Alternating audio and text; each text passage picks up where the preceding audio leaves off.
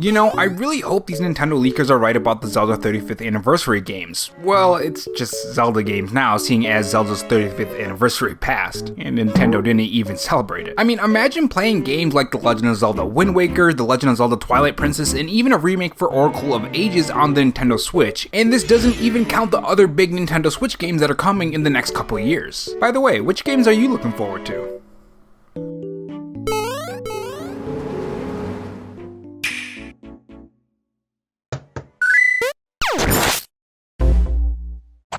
Hey guys, it's Rob here, and welcome back to the Robo-chan Show, where we cover the latest gaming news, leaks, and rumors from Microsoft, Sony, and Nintendo in 2020 and beyond. If you want to be kept up on the latest gaming news, make sure you click that red subscribe button below this video and that notification bell so you know when I upload. And if you're interested, I have a Patreon, which link to that will be in the pinned comment along with my Twitter account. In this video, we are going to go over a huge list of Nintendo Switch leaks from New Marco Maro, who talks about a lot of different Nintendo Switch games in detail and even what development state they're in. These games range from the Zelda 35th anniversary games, some Paper Mario goodness, and even some games we haven't heard of in a long time like Pikmin 4. It's been a very, very long time since we heard anything from that, even Nintendo Switch leak-wise. I'll also be bringing up any relevant information or speculation on my part as well. If you guys enjoyed this video, leave a like and a comment about today's topic, and if you want to follow me on Twitter and help me reach my goal of 700 followers, you can follow me at roborob93. Without further delay, let's get to the video.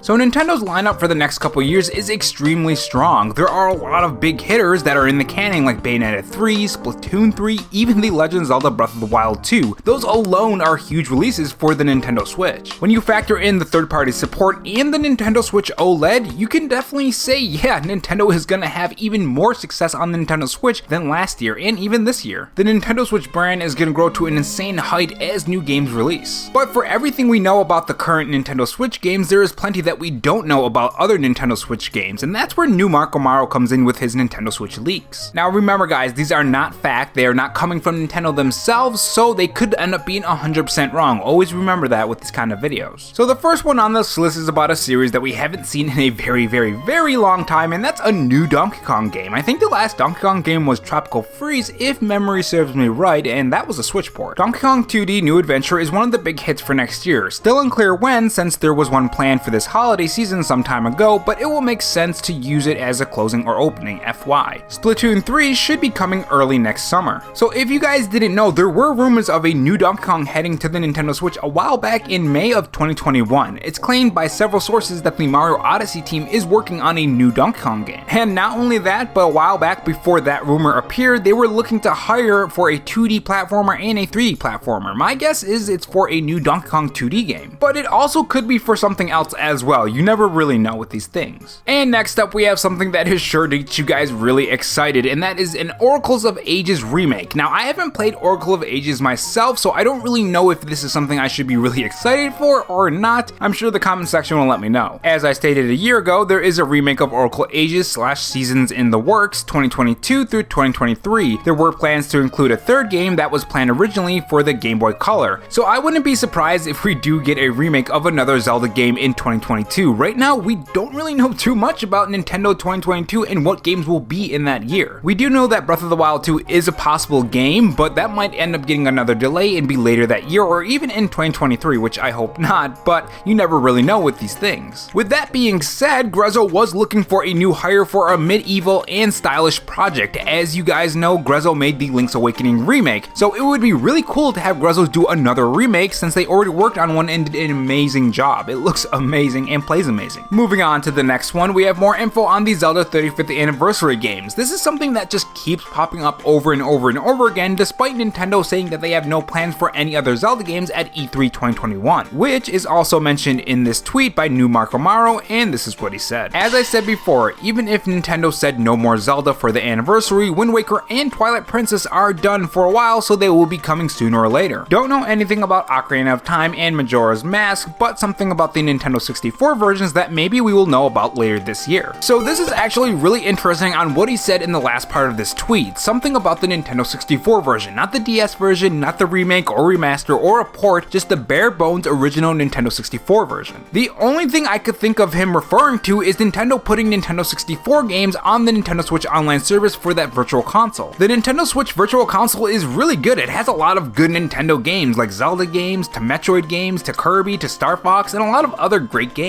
But even though I do think there's a lot of amazing games on there, I think it can be improved on. I think it would be amazing to have Nintendo add these Nintendo 64 games onto that list. I don't see Nintendo putting Ocarina and Majora's Mask on the shop as standalone purchases. They would make more money by adding them onto the Nintendo Switch Online service as Nintendo 64 games and as an incentive to Nintendo 64 fans. Now, if you want to learn more about the Zelda 35th anniversary and how these Super Mario 35th anniversary games open up the way for more older games to come back, click the top right corner to learn about that. And if not, let's continue. Next up, we have the Metroid Prime Collection, and this is what he said about it. The Metroid Prime Collection should be ready for the first half of 2022, even if it was finished ages ago. I heard they included more stuff since then, so it's not 100% Metroid Prime Trilogy Wii HD. First look at Metroid Prime 4 later on. The game is 65% of its development cycle. Now keep in mind that he says it should be ready, not that it's going to be ready. With that being said, the Metroid Prime Trilogy was recently talked about by game industry insider Jeff Grubb, who gave a lot more details about what exactly is going on with it. Video in the top right corner if you want to hear about that. But other leakers such as Sam's Hunter, who gave details on the port, said that it's still going to be happening as well. So it's not just New Makomaro saying these things. Moving on to Intelligent Systems, they have some interesting things going on if this Nintendo Switch leak is real, and this is what the Nintendo leaker said. Intelligent System is supervising Advance Wars 1+2, done with WarioWare, finished the new Fire Emblem Echoes first half of 2022, and working on the new Paper Mario remake 2022 through 2023. It's also working on a small eShop game. So a lot of those sound really cool, but the one that really caught my eye was the Paper Mario remake. Like, as soon as I saw that, I got extremely excited, but we have to remember that this is a Nintendo leak, so it's not fact, so we gotta kinda shove all that excitement way down and kinda suppress it. We don't want to get too excited because that does lead to disappointment sometimes. But how cool would it be for a Paper Mario 64 remake? They could use the new art style from Paper Mario and the Origami King and maybe even add to the game as well. I think it would be really cool. Now, just because the art style, I think the game probably has aged really well. I haven't played it in a while, so I'd have to check first, but I'm pretty sure it probably has aged pretty well, so there's not a lot you can do to it, but I think you can improve on it. And next up, we have a very strange one, and that's some info on Pikmin 4, which is...